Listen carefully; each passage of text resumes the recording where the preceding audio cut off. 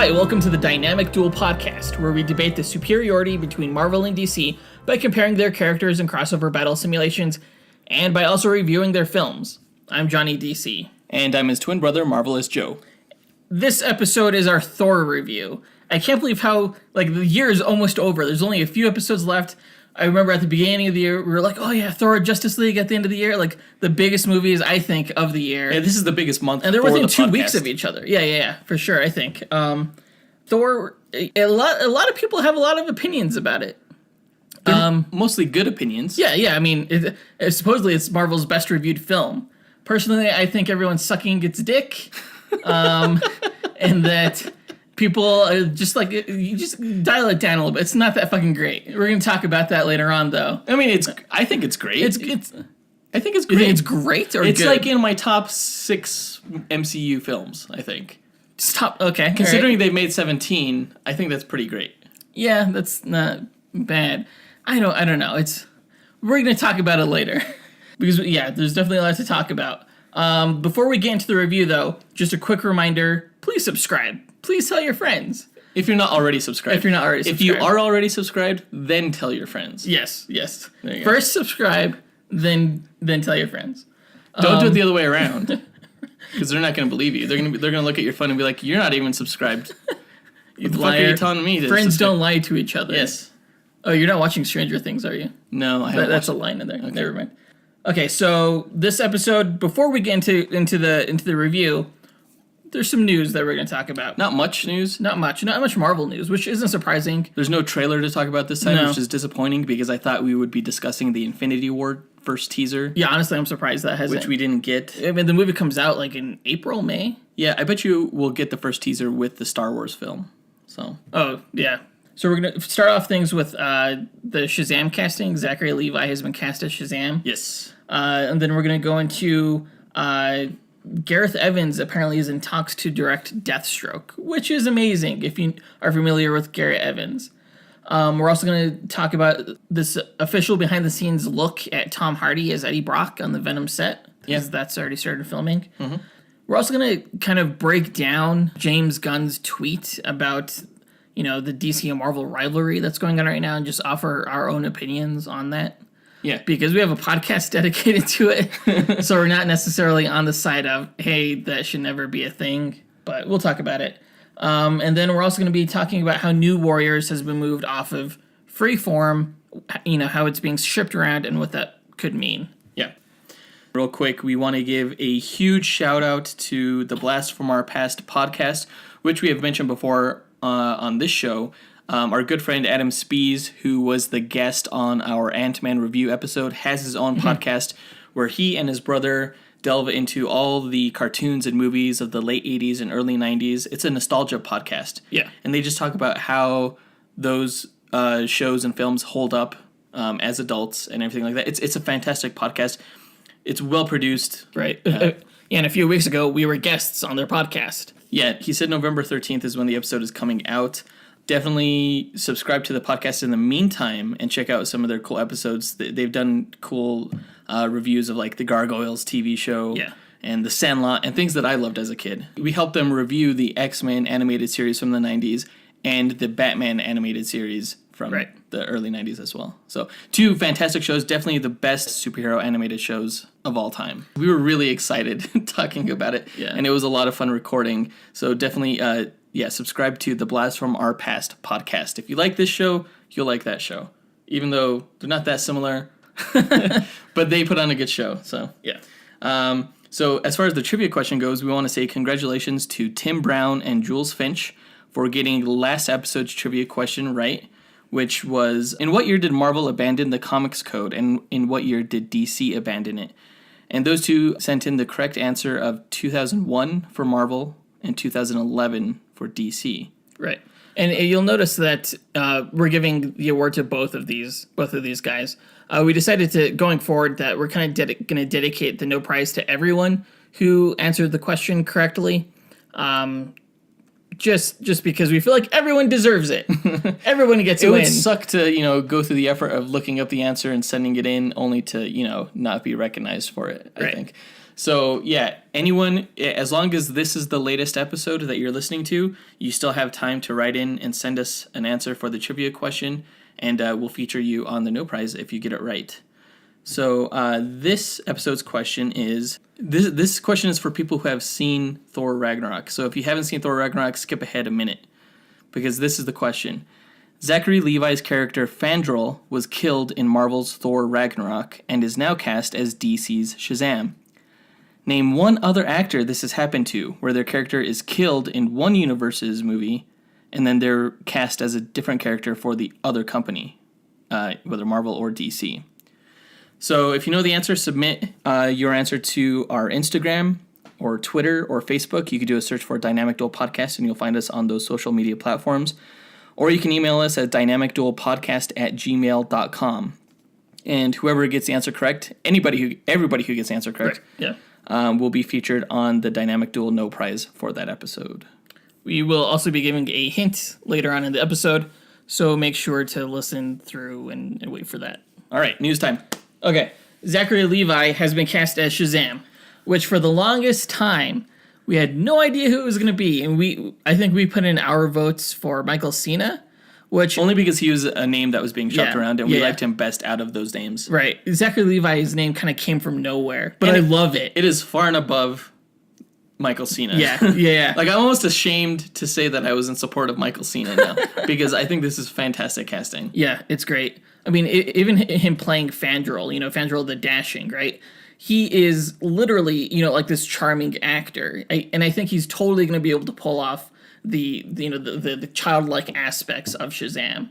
And it doesn't hurt that he looks the part too. I mean, Shazam is kind of a rip-off of Superman. They kind of look like each other. Zachary Levi doesn't look too far off from Henry Cavill, so... He could play Superman possibly if he bulked up a lot, which is what a lot of people are saying about his Shazam casting. Like, they think it's great. He's a great kind of... He can play the man-child. Right, but when you think of Shazam, you think of someone huge. Yeah, he needs to... Like, almost even bigger than Superman. Really? So, I think that. Huh. Yeah, he needs to bulk up a little bit, but he is. I mean, like, the day after his casting was announced, he posted an Instagram of him working the bench. Yeah, and when he announced his casting, he was like, "I'll just be in the gym from now until forever." It'll be good motivation. Yeah, he's not a bad looking guy. He's gonna look pretty dang good, ripped. Yeah, I foresee a Sexiest Man Alive nomination for him in the near future, possibly in 2019. All right, because that seems to happen. It happened to Chris Hemsworth. Happened to Ryan Reynolds. Yeah. Happened to Chris Evans. Did it happen to Hugh Jackman? Yeah, it was Hugh Jackman. Once these like scrawny actors get bulked up, roided out, and star in their own film, yeah, they usually get those nominations. This is his first like starring role, I think. Yeah, I mean for a film. For a film, I mean he was the main title character in Chuck, the TV show. Yeah, I never watched that. Yeah, me neither. Show. I should have. I heard it's pretty good. I heard it's really good. Yeah. He surprisingly one of his most well known roles is his voice work. He played Flynn Rider in Twisted. Yeah. No, Tangled. Twisted. Tangled. What the fuck is Twisted? I don't know. It's the twisted version of Tangled. I don't know Disney films. I don't watch them a lot. Her hair wasn't all twisted up. No, it was tangled up. No, okay. Yeah. Okay. But no, yeah. He was fantastic in that role. He just has a great charming voice. And he could have played like the live action version of that character too. Oh, totally. Totally suited him. Yeah. Great guy. He has a great comedic sense, I guess. Yeah, and Shazam he does have an element of comedy to him. For sure. It should be fun. Above all, it should be fun. Yes. So I think we've said that before. So I think he's definitely going to make this fun. Also, some other casting news regarding this film is Mark Strong apparently is in talks to play Dr. Sivana, which is also amazing. If you're not familiar with Dr. Sivana, he is essentially like he's kind of like Lex Luthor. He is Shazam's Lex Luthor, but he's more like gnarly looking scientist, like goblin kind of looking scientist. And he's much more mad scientist than businessman. I think Mark Strong would make a fantastic Dr. Sivana, but you know who I think DC is going to cast? Who? Michael Cera. Shut the fuck up. Well, if you don't get that joke, it's because Michael Cera gets compared a lot to Jesse Eisenberg. For the longest time, they were compared. Up until like The Social Network, I think everyone always confused those two actors. Yeah. If Zack Snyder were in charge of casting, he would cast Michael Cera as Dr. That'd be Sivana. hilarious. But is it weird? Like, personally, I still would rather see Black Adam as the villain. Oh, so it's like, do you want Lex Luthor as the villain for the first movie, or do you want General Zod as the villain?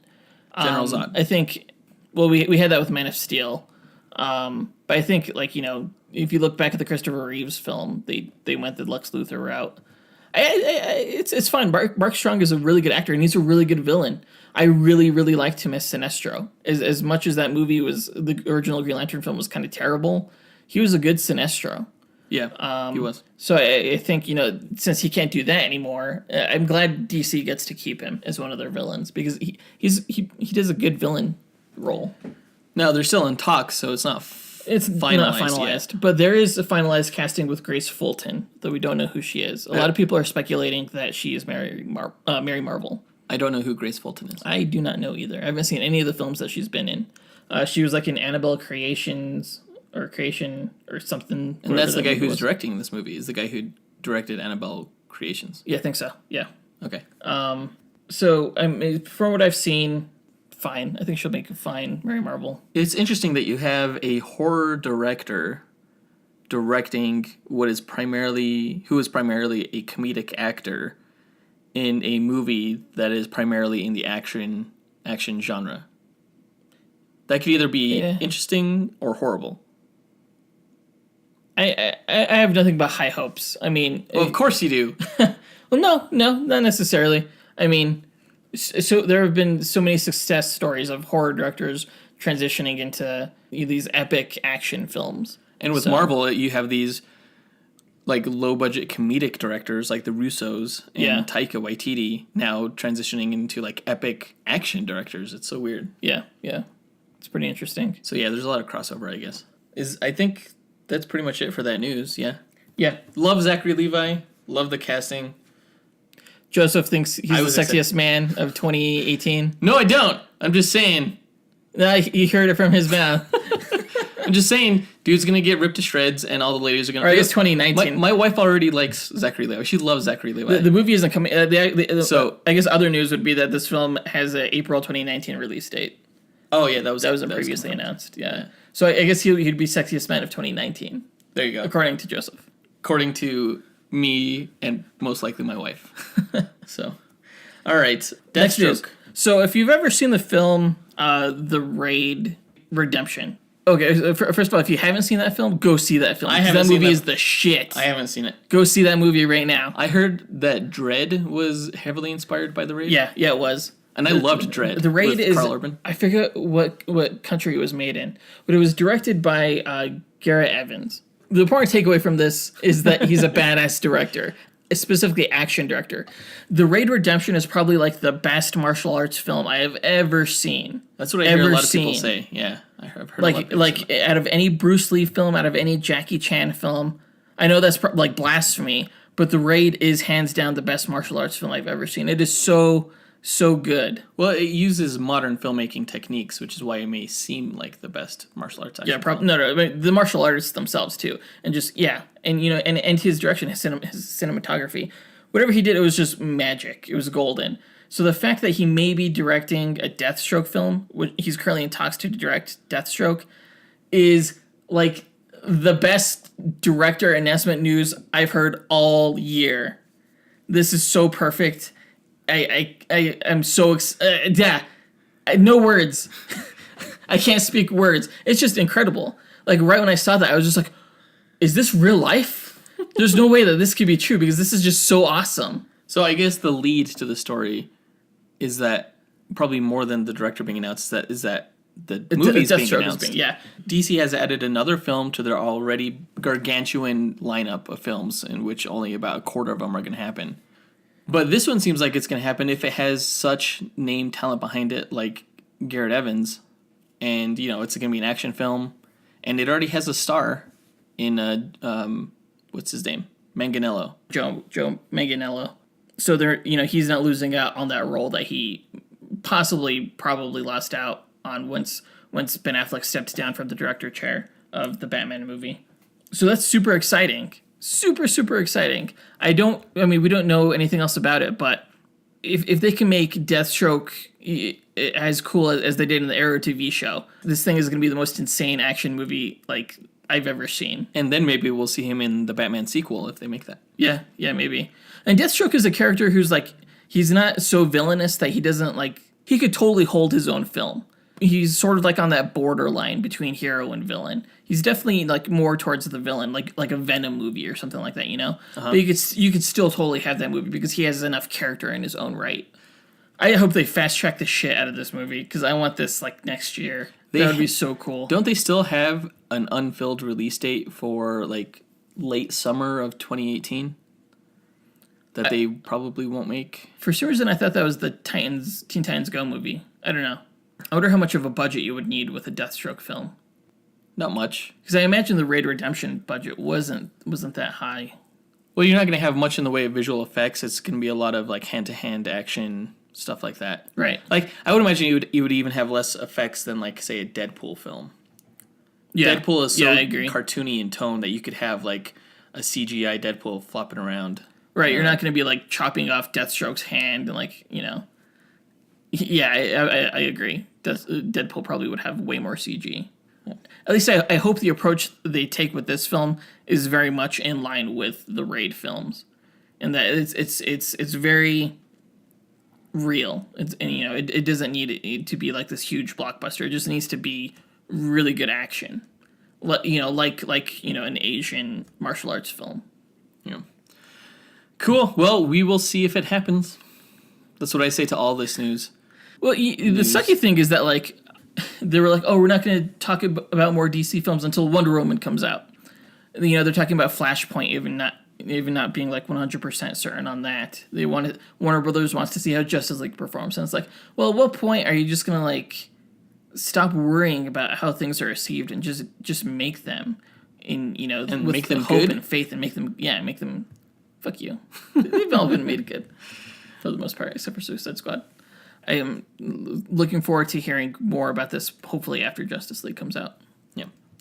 All right. One movie that is for sure happening, and one movie I will admit I didn't want to happen, but has since gotten better in appearance, is the Venom movie. It is for sure being made now because they are literally making it right now as we speak. And we have our first behind-the-scenes set photo of Tom Hardy as Eddie Brock. Yeah. There's not too much to go on here. He's sitting on a bed, and he's wearing all black. And he looks like Tom Hardy. He looks like Tom Hardy, except his hair is all dyed black, and it's brushed forward. He's very cash. He's wearing a black T-shirt with black jeans, black shoes. He has these crazy tattoos on his arms. And I know he has tattoos, like, naturally, because I know they had to, put makeup over them for when he played Bane in The Dark Knight. Yeah. And I remember seeing, like, a few set photos where, like, he still had his tattoos. I don't know if they were, like, going to remove them in post or something like that, but... These are not his normal tattoos. They're not? No. Okay. These are new tattoos. So they're incorporating the tattoos into his character. And I don't know if it has anything to do with the symbiote. Maybe he hides the symbiote on his body when he's not Venom as tattoos on his arms. That would be dumb. Please don't do that. Why is that dumb? That's just dumb. Is it dumb? Venom is tattoos. Yeah, and let me think about this. Well, where does he normally keep the symbiote when he's not using it? I don't know, like in his spine. I don't know. It just comes out when he needs it. It might be cool as tattoos. It depends on how they pull Venom's it off. like, you know what? When I'm going to be stored in Eddie Brock, I'm going to give him some tight-ass sleeves. Is that what happens? He's going to get a badass eagle across his chest. It's like, I don't know, man. This is dope. You Maybe look dope. I'll make you look dope. It depends on how much influence Eddie Brock has over the symbiote's actions. They're saying that this story is going to be based heavily inspired by the Lethal Protector arc. Yeah, arc that the character took later on in his career, where he kind of became a good guy. Eddie Brock never wanted to be a bad guy. He hated Peter Parker, but he was terribly upset by the things that Venom would make him do. Yeah. So if he's able to use the Venom symbiote for good in this movie, he may have some control over it, and if he has some control over it, he may, hide it as tattoos on his body when he's not using it. It's better than, like him storing it up in his mouth or something. Just in his shoulders? Just in the shoulder tattoos? Wherever he wants, man. That's just the coolest place to put tattoos. He's not going to tattoo his face. Not that there's anything wrong with that if you have a tattoo on your face. It's just, more socially acceptable to put it on your arms. I don't know. What other rationalization would you have for all these tattoos? He's just a bad guy. He's just going for the bad guy look. Do you need rationalization for tattoos? I mean, if they're not naturally on the character and they're not naturally on the actor, yes, they'll have some importance. At least he doesn't have the word damaged on his forehead. That's all I'm gonna say. Yeah. I'll give you that one. Andy Serkis has come out and said that Tom Hardy is actually doing motion capture for the Venom character. So, which is not surprising. Yeah, Venom will be CG and it'll be mocapped. There was another interesting bit of news regarding the Venom movie in that apparently there's some kind of scene set in the movie that's going to be in Asia in the past. Oh, yeah. Yeah, I heard about that. There was a casting call for villagers without modern haircuts for a scene that takes place in Asia. Yeah. I don't know what that means. I don't know if it's going to be a flashback to when the first symbiote landed on Earth and maybe he was on a ninja or something. I don't know what it means. I don't know if I like that. I mean, I don't want there to be a history to, or at least an Earth history to the symbiote. Although I guess if you're gonna make it different from what Sam Raimi did, I guess you can't just have it crash down to Earth. Yeah, maybe it was discovered by the government and given to Eddie Brock or something. Who knows? Oh, kind of like a Flash Thompson kind of angle. Yeah, Flash Thompson kind of angle, where he's more of an operative. We still don't know what direction this movie's gonna take, other than that whole Lethal Protector statement. Yeah. We'll see how it goes. Wasn't there also some other casting regarding a guy who might be Cletus Cassidy? Scott Hayes, who was cast. And he looks like he could totally play Carnage. Yeah. He was cast in a role. We don't know if it was the Carnage role. People are just speculating that it was Carnage because he slightly resembles him. All right, that's pretty much it for that news. We've had James Gunn tweet about the DC Marvel rivalry. His exact tweets said, "You guys are never going to convince each other. It's just a bunch of wasted energy. As Marvel and DC superfans, you have way more in common with each other than you do with the rest of the world. Why do you spend so much time raging at each other? It's silly. Please just stop it. Stop engaging in that way." So I understand why he's doing it, because he's mentioned how he can't even mention Batman v Superman or any kind of DC film on, in his tweets without, causing some kind of fan war. Yeah.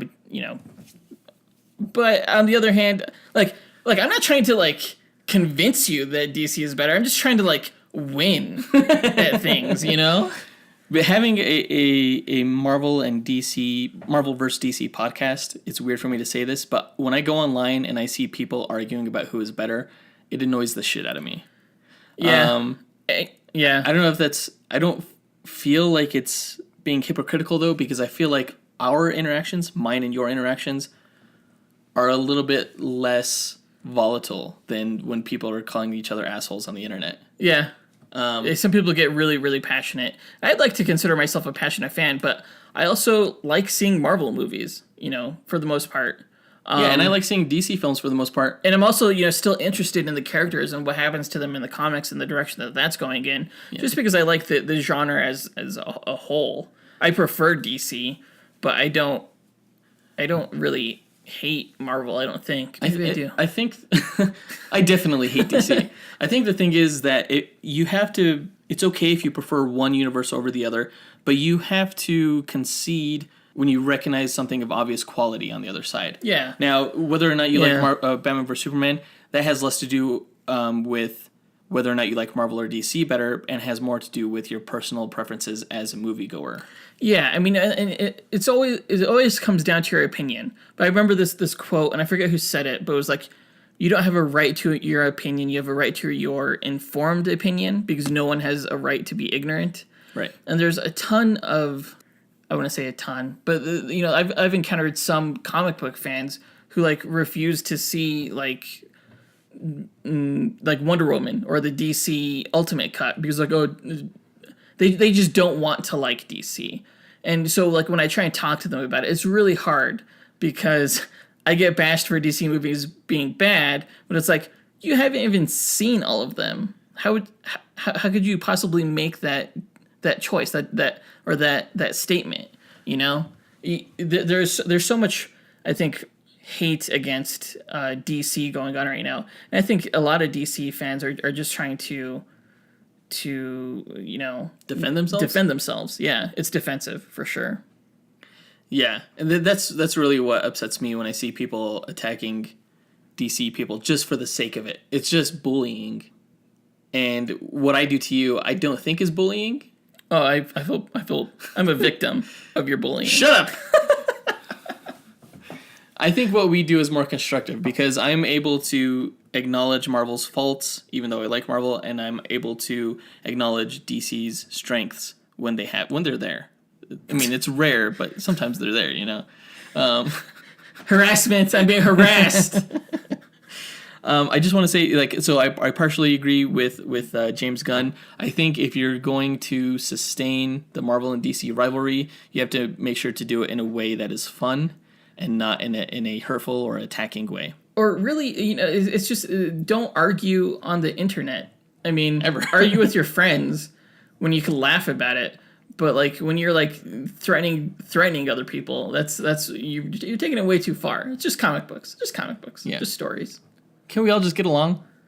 Heal the world, make it a better place. Just stop. All right. Just stop. I know. I felt it right there. I just went for it.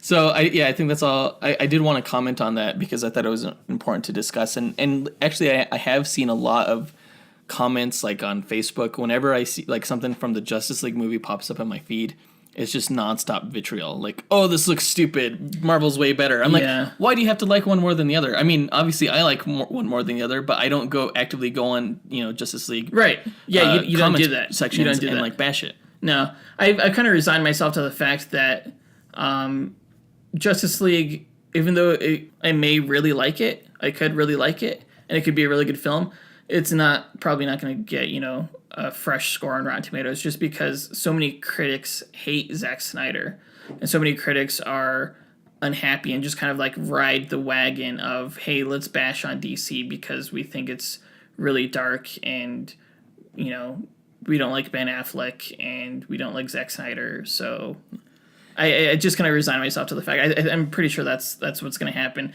I'm just kind of, like, whatever. If anything, as a Marvel fan myself, I would encourage DC fans to go out there and, be defensive and really make sure that you're active and outspoken on these comments and try to convince people that DC is just as good as Marvel. Thank you, man. Objectively. Thank you. But subjectively, it sucks balls. I'm being harassed. All right. Moving on. So New Warriors. Space? New Warriors has been moved off of Freeform, and Marvel is now shopping it around to other networks. Apparently, it's testing through the roof. And it's really, I didn't hear that. Yeah, testing through the roof. Disney executives are like, oh, no wonder they're trying to shop it around. Then they're trying to make money off of it. Yeah, I think that it's the one reason they may move it off of Freeform is because it no longer adheres to that specific Freeform genre. Mm-hmm. Like the preteen genre kind of thing. It may appeal to a wider audience. So in that case, you want to get it on a network that has a wider audience. So that's exciting news for me. I hope they put it on Netflix or Hulu or on ABC even. I can see it going to ABC. I'm just trying to think of the quality of the show. Freeform, I don't think is as high a quality as something that is Daredevil's Netflix or Stranger Things or anything like that. In levels of quality, I think Netflix is at the top. Like HBO, Netflix, those kind of premium channels. Yeah, those are at the top. Then you have your network channels. Yeah. Your major networks like ABC, NBC, things like that. And then at the bottom of the rung would be the cable networks, the non-premium cable networks like Freeform. Yeah, the more demographic targeting, specific, where they target specific demographics. It's like ABC Family. Yes. Or I guess Freeform. Yeah. Right. Right. So Yeah, it may have, good production quality and just general quality. This news excites me. I wasn't as excited for this show since it was going to be on Freeform, and I had no idea how I was going to watch it because I don't have cable. It has a great star, Milana Vaintrub as Squirrel Girl. Right. I think she's a rising star right now, as I said when she was cast, and I think she has a huge crossover appeal, which is probably why AT&T cast her in their commercials. Mm-hmm. If a company like FXX doesn't get it or something like that, like a male kind of oriented comedy kind of channel, then I think network show will ABC. I think it'll go to ABC. I wouldn't be surprised. We'll see. Although NBC loves that shit, so you never know. Well, they canceled Powerless, so yeah. Although this hopefully this is better than Powerless. We'll see. Real quick, one thing that wasn't on the news docket that I did want to mention real quick that we forgot to mention at the up top was that James Mangold and the creator of X-23, Craig Kyle, they're now working on an X-23 script. So just wanted to throw that out there. That's really cool. That's great news. I love it. It's starring Daphne Keane. Yeah, starring Daphne Keane. I don't know what it would be about. I don't know if it would go... Because her story, even so far, is vastly different than the character's comic story. So it'll be interesting to see where they go with it. But love, that creative team. And Daphne Keane in the Logan film was just phenomenal. So yeah, that's good news. Yeah. But I think that's it for the news. Let's go ahead and get into the Thor Ragnarok review. It's main event time. It's main event time. I don't know if I pulled off a Jeff Goldblum there.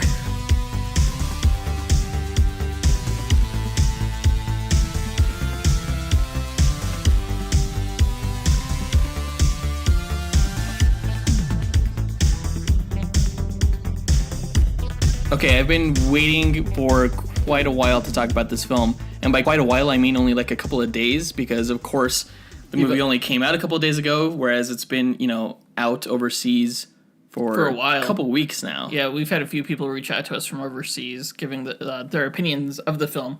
And Yeah. I was like, oh, not reading that email. I'm holding off on that one. Yeah, I've tried so hard to stay away from all the news and any type of spoilers because I know that they're out there because... the movie's been out for a while. Right. So I heard that the movie was funny and cool and weird and everything like that, but I didn't know what to expect. The movie did not exceed my expectations, nor did it go below them, more so than it sidestepped my expectations. It was completely unlike what I was expecting, and I wasn't even sure what to expect. I think it pretty much hit dead on my expectations. Really? Which is why it's kind of hard for me to be, I guess, unhappy. I mean, I it was exactly what I thought it was going to be. I thought it was... Personally. I liked it. I thought it was a good, most of all, fun movie. I've seen it twice now. I've only seen it once. I liked it better the second time I saw it. I just had a really good time with it overall. And if, if all you look for from your films is great action... great story with humor and visual spectacle, then this is like a 5-star movie. It delivers on all of that. That's not what I'm always looking for, though. Right, and I think we should demand more from our comic book films. I think the better comic book films that have come out have delivered more than that. But again, if that's all you're looking for, this is a really fantastic, fun film, and I think it'll go really well with the general audiences. I guess I shouldn't say that this was exactly what I expected. I expected this to be really funny and action-packed. And I was really going into it because that's not all I want for my films, right? I want some more weight to it. But the thing that really made me like this film, I would say more than most other Marvel films, not that I think that this was that great of a film, but it was the amount of consequence it had in it. Things changed. And there's it's like a permanent change. You can't undo what you did with this film. And I think that's really ballsy. Yeah. The story has balls. Yeah, for sure. Big ones, big Hulk-sized balls. Oh gosh. It single-handedly changed the status quo of a character more than any other Marvel movie. More than Iron Man 3, more than Civil War. It was kind of like Civil War in that respect, in that, But even more so with this one. I agree. Because Captain America was still Captain America at the end. I mean, his position in society was a little bit different, but he was still the same character. You could say the same about Thor. Thor, he went under huge not just social, but physical changes. Okay, so here's the thing. One of my gripes with Thor in this movie was that while the film, like, there were major consequences, I kind of felt like his character was still static. Like, you could, like, the subtitle for this film could have been like, Thor gets a makeover. Because really the only thing that changed about him was his look. Like, his what changed in his personality. There was nothing that changed in him. He was still Thor at the end of the day. What did he grow and learn in this film? Not every character grows and learns in their story. Sometimes they're static. Sometimes it's just about duty. Then they're static. Look at Captain America, Steve Rogers. As a character in that first film, he didn't really grow as a character. He underwent a physical change. It's the same type of thing for this.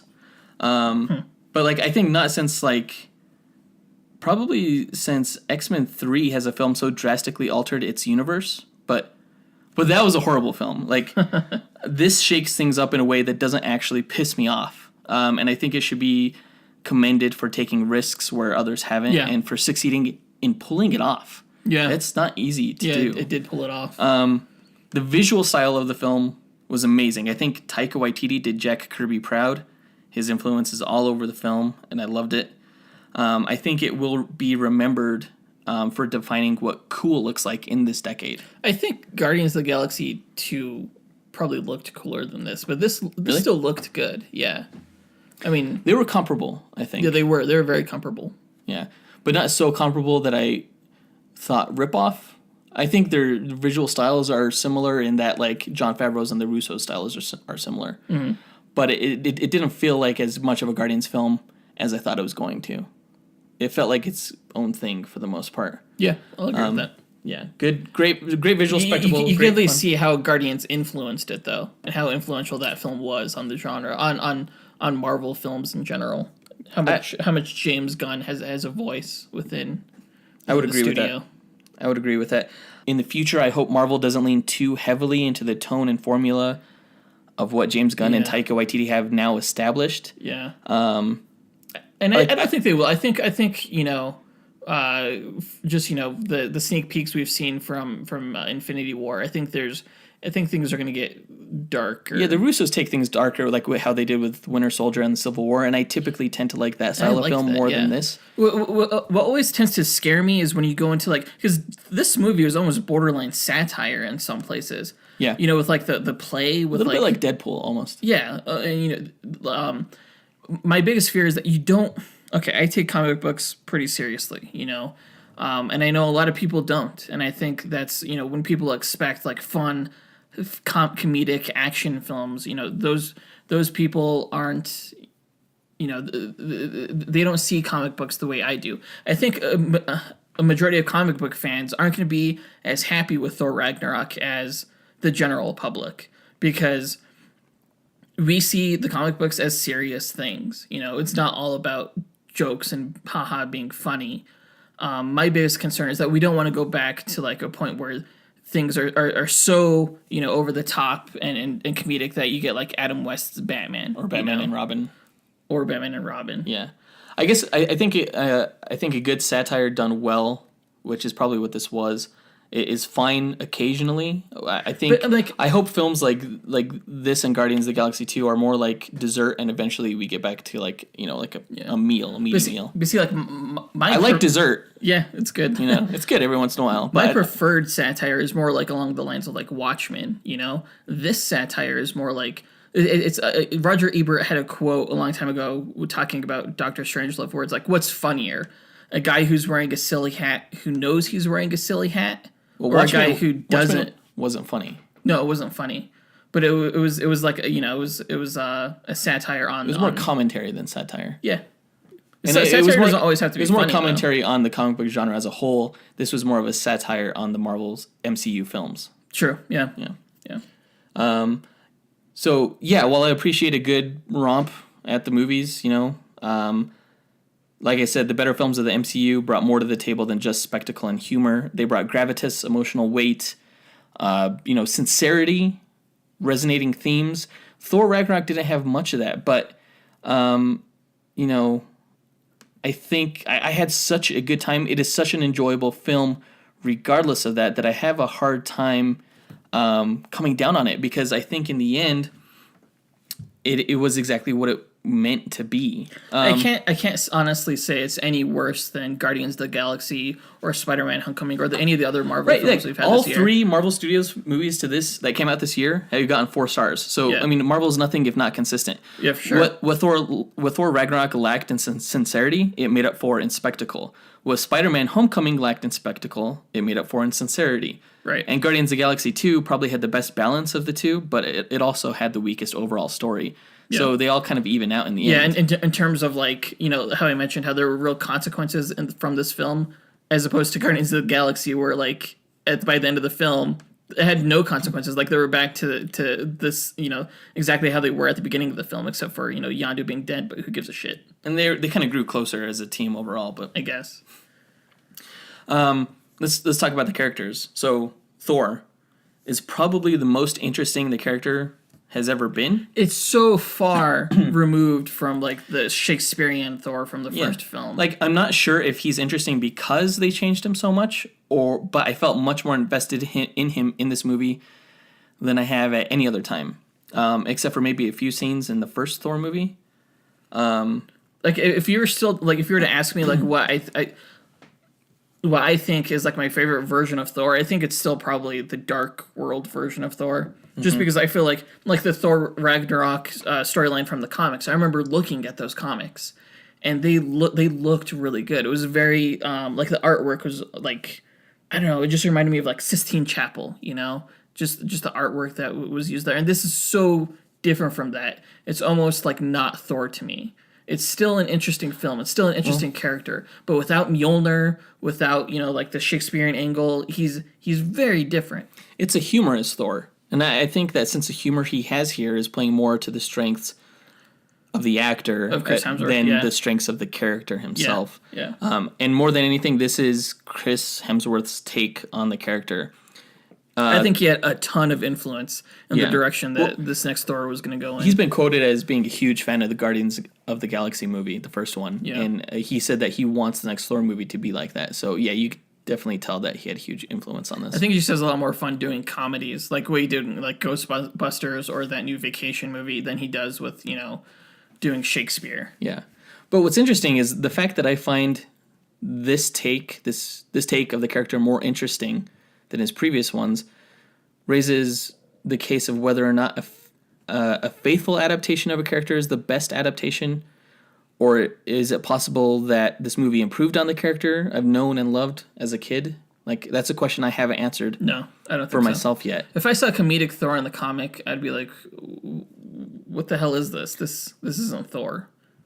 I'll have a better idea of what I think of this take when I see where Thor's journey goes in the next Avengers film, I think. Yeah. It'll be interesting. Yeah, it'll definitely be interesting. I'm definitely curious to see where it goes from here, because it's by the end of the film, I was totally invested in what happens next. Yeah. It was such a cliffhanger. There's something to say for that curiosity, I think. Yeah, it's interesting. Loki. Let's talk about Loki. Love Tom Hiddleston. Yeah. I think he's brilliant. Think the world of him and his talents, but I almost feel like they were wasted here. He's come such a long way from the scene in the first Thor movie when he's confronting Odin about his Jotun heritage. Do you remember that? When he's like, tell me. It was a strong, powerful scene. It was powerful stuff. Yeah. But here he was more of a device to set up jokes. For sure. A lot of those jokes were really funny. I really liked the get help gag. When Thor throws him, he just throws him into the bad guy. To me, that was almost like the really. And the snake gag, I freaking loved especially the second time I saw it, where he's like, I picked up the snake and it was Loki, and he was like, haha, I'm a snake, and then he stabbed me. I loved a lot of those jokes, but Loki's transformation from a weighty, multifaceted, complex character to what he is here feels a little indicative of where the Marvel Universe has come as a whole.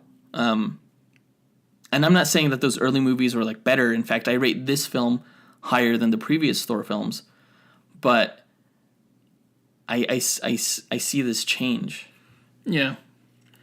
Yeah. Again, when I think of Loki, I think of something more archetypical, something less comedic. I don't know. It's hard to express my feelings because I definitely think audiences didn't want to see a continuation of the dark world and that just kind of dark tone and like sort of, I keep saying Shakespearean kind of angle, because it is just sort of like this kind of like archetypical kind of stories and characters. I have to say I really enjoyed the Dark World. A lot of people come down on it. I didn't, when it comes to the Dark World, I didn't like the Marcy and Jane Foster and Selvig characters, and I didn't like the end fight because it was so anticlimactic. Where Thor was just like, for all that power, I thought you'd hit harder. I'm like, this dude has an Infinity Stone right now. It should be so much more of a challenge. Everything else about the Dark World, I really enjoyed. So Yeah. I did like that version of the character, I think. But this wasn't like the true archetypical Thor, and yet it was so interesting. Yeah. It's like they invented their own character that and they just did a really good job at doing it, basically. Yeah. So, Hulk. What did you think of the Hulk? I liked it. I thought it was great. Hulk is always great in the MCU. I've yet to be disappointed by the Hulk in a Marvel film. Yeah, again, he's the most interesting here. I'm not sure if this is the best he's ever been, but it's certainly the most interesting. I think now that he talks, just like how he does in the comics, I think he doesn't feel like just like a visual effect anymore. He feels like a real character. Yeah. You know? There's definitely like some, like when he's the Hulk and he's saying, Thor is telling him, oh, Earth doesn't like you. Oh, and yeah. like that was heartbreaking. Yeah, the Hulk gets all sad and like kicks his bed or I wanted to give him a hug. Yeah. I mean, like that's good. That's some weight. There's some weight right there. But like, there wasn't necessarily any real payoff. Like, I think there's a lot of things that this film sets up that it never really pays off. Like the Hulk's sort of like relationship being one of them. Maybe there wasn't enough room in this film to do that. Mm-hmm. Like, you would almost think like, oh, you're setting up the fact that Earth doesn't like you. Hey, maybe one day you're gonna learn that you're gonna grow to accept that Earth does like you or Earth doesn't like you, or it's a setup for something there. And Mark Ruffalo has said that this film is sort of like a 3-movie arc for the Hulk, right? And maybe this is just the setup, but I definitely think there was something there. There's something. I hope he has a scene in somewhere in the Avengers movies where he's he sees that he's being praised by the people of Earth for. You almost expect that now. Yeah. I think, so we have a more interesting Hulk here. I think the real unfortunate thing about that is that they just bastardized the Planet Hulk storyline, which is arguably one of his greatest arcs in the comics, and a Planet Hulk movie would have been everything, especially with this version of the character. Sort of the same way they bastardized, like, the death of Superman, Yeah. They just kind of... You almost had... Because that they weren't going to make a standalone Hulk film anymore. They can't because of Universal. Distribution rights. Yeah. Right. So... Yeah, well, I think I don't know if I don't want to say they did it justice, but it was good. It was good. It was a bastardization, but it was a good bastardization. I think a great Planet Hulk film would be very much akin to the quality of Gladiator in 2000, because it's very similar story. Yeah, and that movie won Best Picture. I mean, the comics were almost as good for Marvel's too funny now to get anywhere near Best Picture. I mean, there were elements of humor in Gladiator.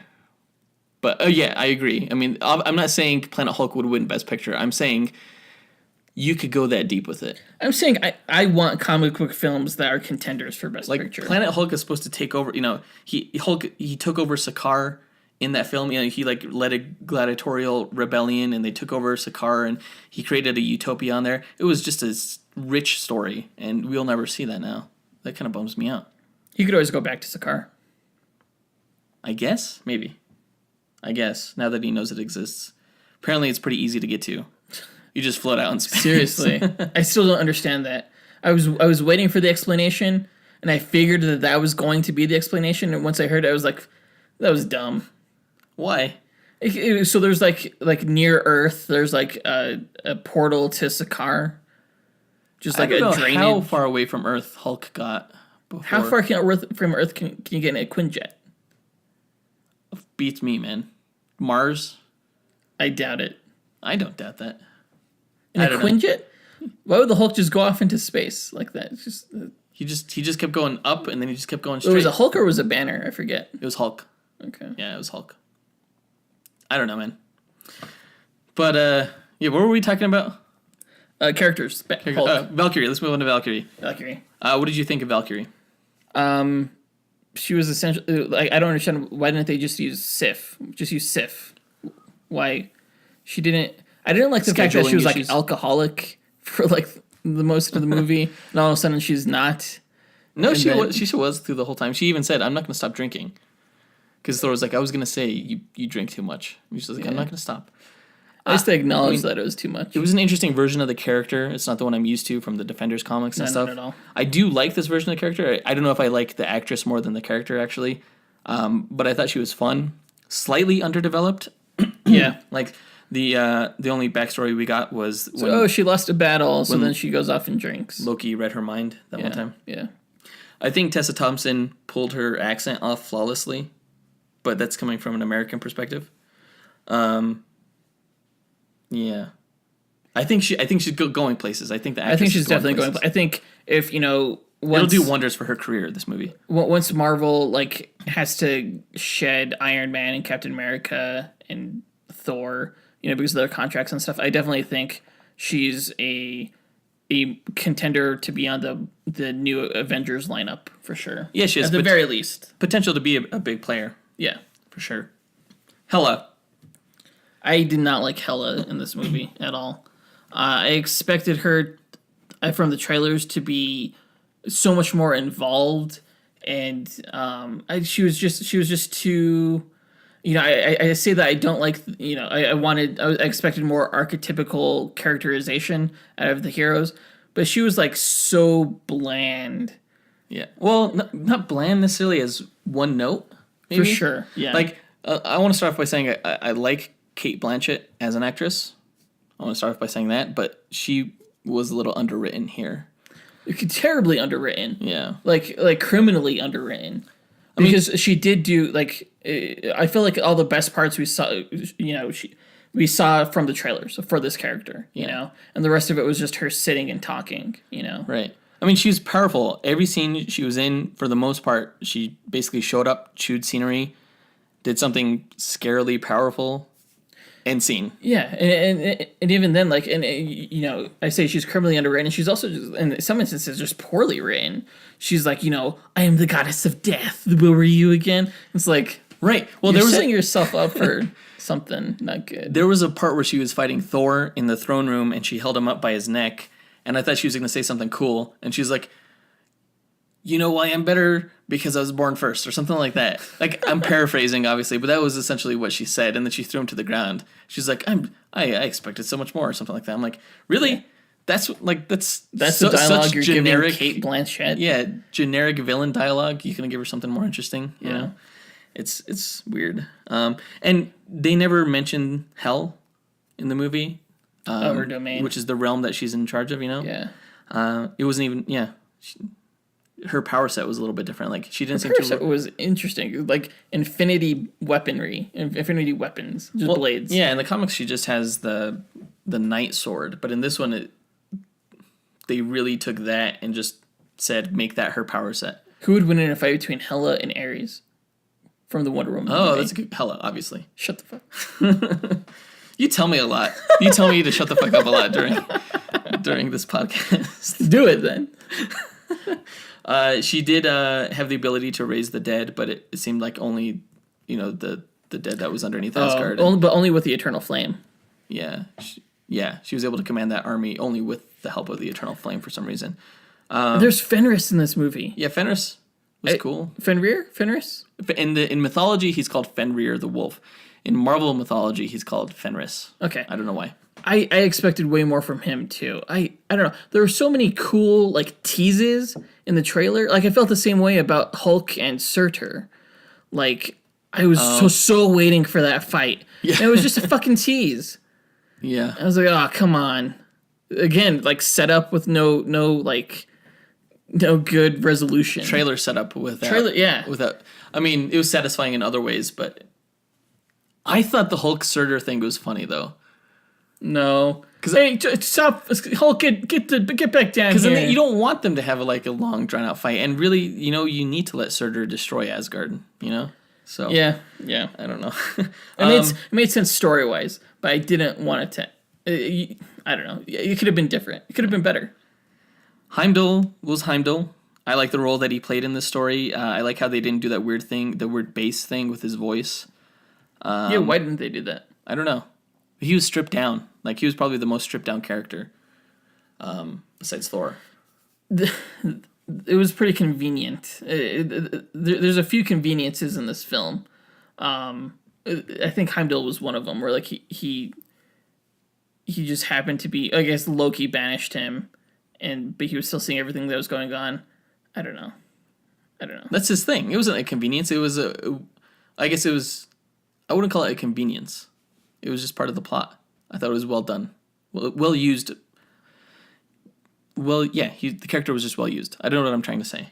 Scourge wasn't quite as much of a generic henchman as I thought he would be, but he didn't have that much screen time. No, Scourge was almost like when the storyline switched to Hela, which in itself was kind of jarring for me, because how often in superhero films do you just switch to the villain? I mean, you kind of did that with Lex Luthor in BVS. You didn't really do that with Zod. You didn't. No. I can't think of any other Marvel movie where you really did. Well, there was a whole secondary storyline going on there, and for the most part, it was mostly Scourge's story. He was the moral anchor for those scenes. He out of anyone, he definitely had the most concrete story arc. Where there's this guy where he grew as a character. Yeah. There's this guy who just wants recognition, and at the end, he kind of finds the right way to do that. And he was I kind of felt bad for him. He was a little bit of a coward, but I really appreciated his heroic act at the end. Yeah, this whole film could have been Scourge learns to not be a coward. Yeah, I mean, it wasn't the most faithful adaptation from the comics, but I liked his character. I liked what Karl Urban, and I like Karl Urban. He'll always be one of my favorites just because of the Dread film and his work in Star Trek and stuff. Yeah, love that guy. All right, Lord of the Rings, Grandmaster. This is the most Goldblum we've ever seen. The Goldblum. This was not even the Grandmaster. This was Jeff Goldblum. It's I was taken so out of the film just by his performance, which was probably the goal. Was just to make you laugh the entire time he was on screen, because it's hey, look, it's Jeff Goldblum playing Jeff Goldblum. The role was mostly a great bit of casting than a great bit of acting. Yeah. But that can work sometimes, stunt casting. I loved it. He made me laugh. He didn't really make me laugh, I don't think once. Really? Yeah. He made me laugh. I think he has a lot of fun here. Just being the most groovy, hedonistic version of himself, kind of. Or what I perceived to be himself. I don't know. I guess. So in that regard. You know what was really dumb? Another setup that never paid off was the rod that he had. He used that once. The melt rod? Yeah, the melt stick. The melt stick. Yeah. Why are you handing me the melt stick? He just interrupted me. That's not a capital offense. It was never used again. Yeah, that's true. I guess it was used to set up that he was tyrannical. I guess. But yeah, there's no payoff. I liked him. I thought it was good. I didn't care for the character at all. If you don't like the Grandmaster, it means you don't like Jeff Goldblum. It kind of does. If you don't like Jeff Goldblum, then what kind of person are you? You need to do some soul searching. I preferred Benicio del Toro's Collector. I can't wait for those two to meet up. Yeah, that's I guess. Because it's just me and Jeff Goldblum meeting the Collector, Yeah, exactly. That sounds awesome. I guess. All right. Let's go into the story breakdown. I'll go over the major plot points of the story. If you have something to say, go ahead and say it. So it starts off with him caged in Muspelheim. Okay, can I say that the beginning of this terrified the shit out of me? Not because it was scary, but because I thought that they were going to start doing some narrated fourth wall breaking bullshit. I was like, oh my gosh, what is happening? I thought he was talking to someone in a cage that was next to him or something. No, because he was looking right at the screen. And I was like, what is going on? Yeah, but I figured that was a misdirect. It ultimately was. I was consider me misdirected. So in the end, he was talking to the skull. I didn't have a problem with that. The part that I had a problem with was right after that.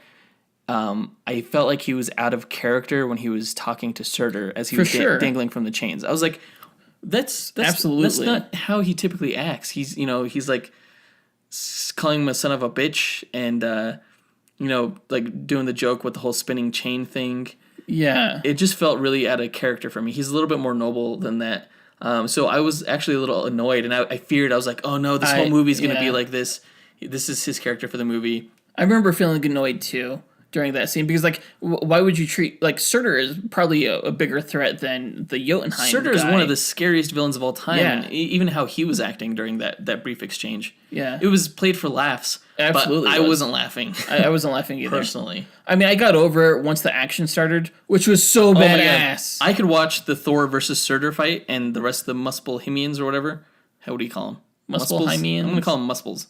I could watch that fight on loop for the rest of my life. The way he like spun Mjolnir, to block the flame that Surtur was firing at him. Yeah. And how adept he was in using the hammer. Like he threw the hammer and like he spun, and by the time he came around, the hammer had come back, and so he would throw it again just effortlessly. It was so fluid.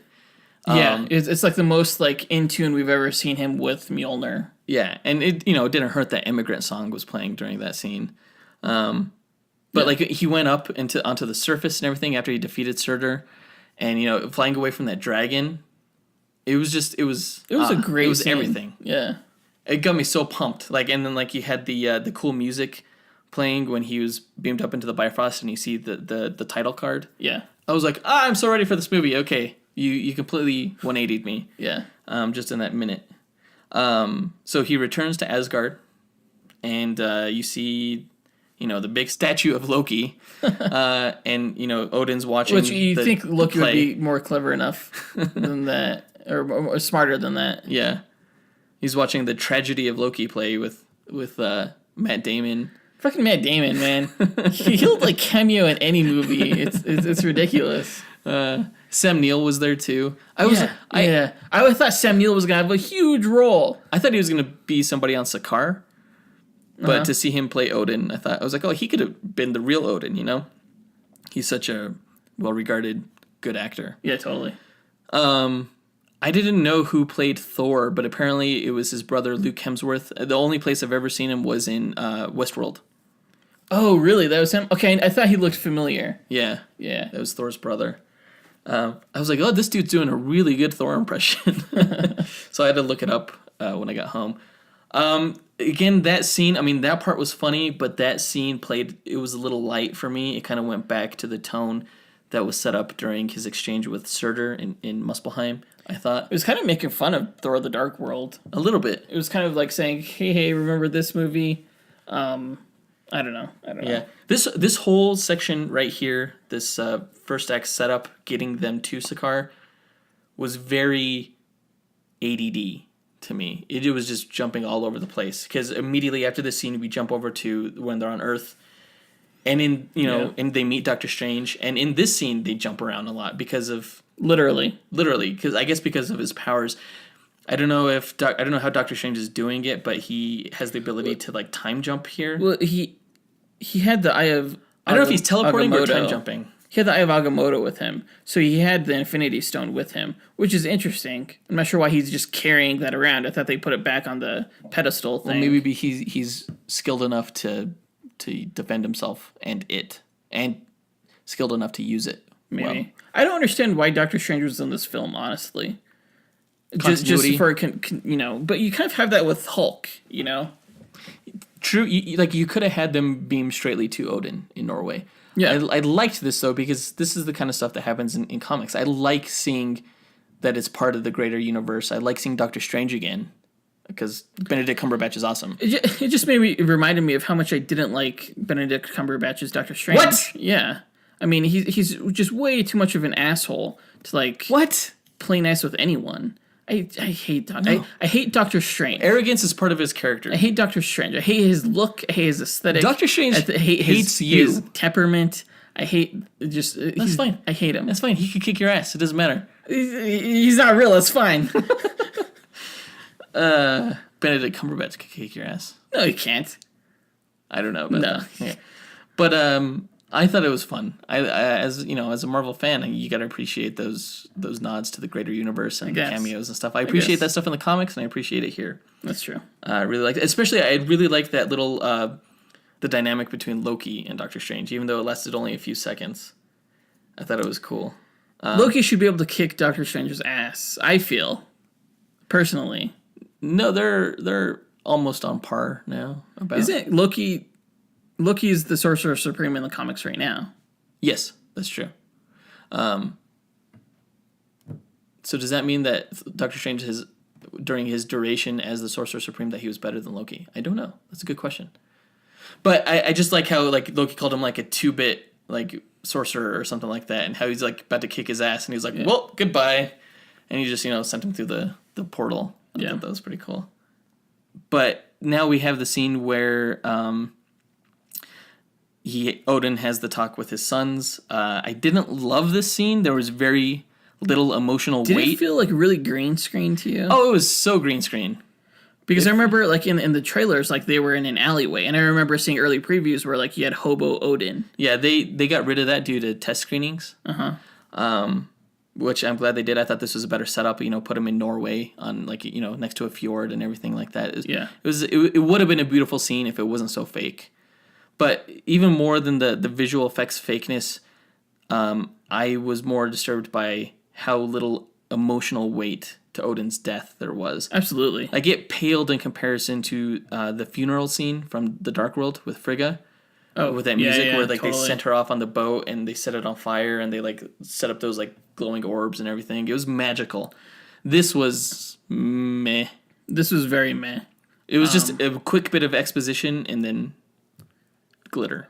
And you had to pay attention a lot to that because, this is when he mentions, like, Hela. He mentions Hela's power tied to Asgard. He mentioned, so many important things. It's like, you better be paying attention, and then now I'm dead. Right. I hope you were paying attention. Yeah, it was a little awkward. So enter Hela. Mm-hmm. She comes in. I don't know how she got there or how she was imprisoned. I don't know. They didn't really explain that. It was just like once Odin was dead, I guess his life force was keeping her imprisoned. But so she would just like beam to where he was, to where he last was. Apparently. Did you like that there was like all this history to Odin? I thought that was interesting. I thought that was good. Yeah, I like that. I like seeing that, character. He was a character who was not a merciful king in the beginning, but then he kind of changed his character. I would like to see kind of how that happened a little bit. I don't know if I need to see it, but I definitely think it's like, oh yeah, what was it like before Thor was born? How right. And there's more than 9 realms. Holy shit. Yeah. She's like, why did he stop at 9? Yeah. The fact that she broke Mjolnir wasn't a surprise. We had already seen that. I did think when they were fighting, as they were being beamed through the Bifrost, I thought that was cool.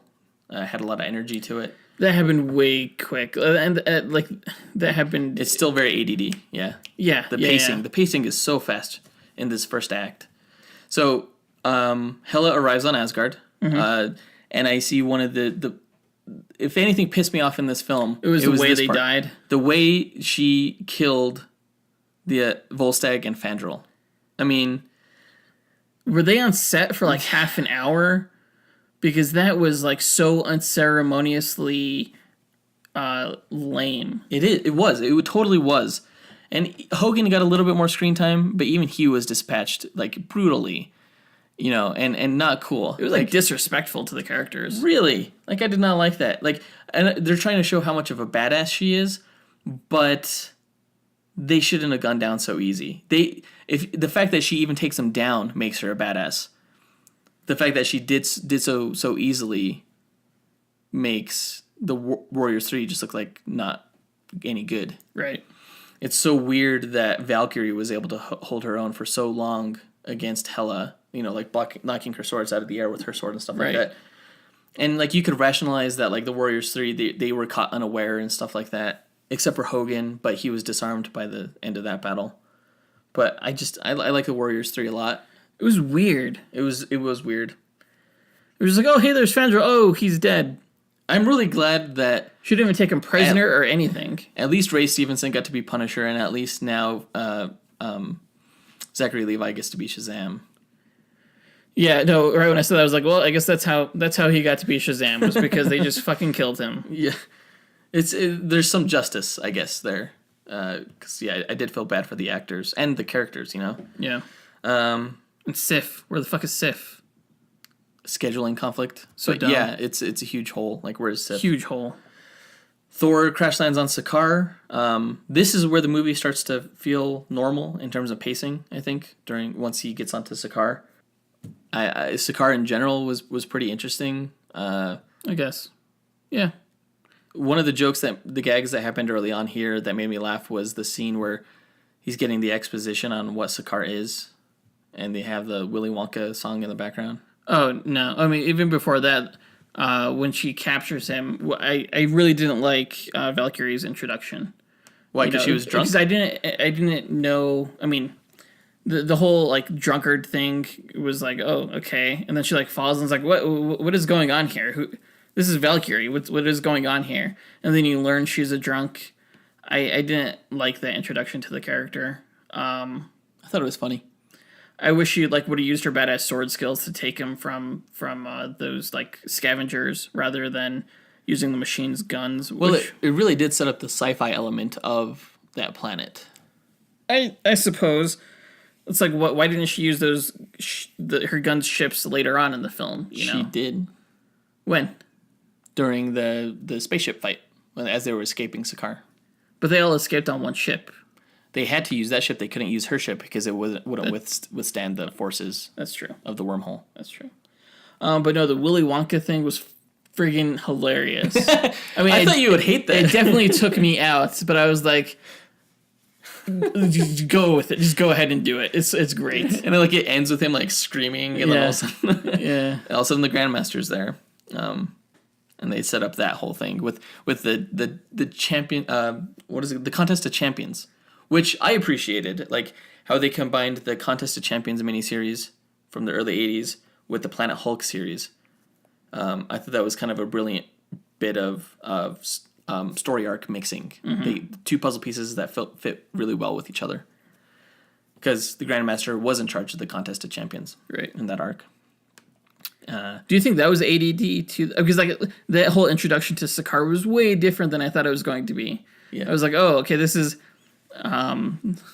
it's the exposition fairy where it's with her little hammer just knocking over. Hey, pay attention! Look, something. They're giving you information. Pay attention. Yeah. It wasn't subtle at all. I always like it when exposition is subtle. This was not subtle at all. Yeah, but it was funny. I like the attitude they had toward the exposition. Like, we know we got to get this out of the way. Let's just do it as quick as possible. Mm-hmm. Yeah, and it was done in an interesting, quick way. So yeah, I do have to say, I saw this movie with my wife. It confused the hell out of her. She didn't like it. Well, she didn't see the previous Thor movies. She didn't see the previous Thor movie. Well, of course, yeah. But no, just like all the worlds and all what was going on with the characters and everything. It just made me realize, like, if you are out of the loop, you can't just jump in to a Marvel movie, especially one as convoluted as this. Yeah. Well, I would say the same thing with Civil War.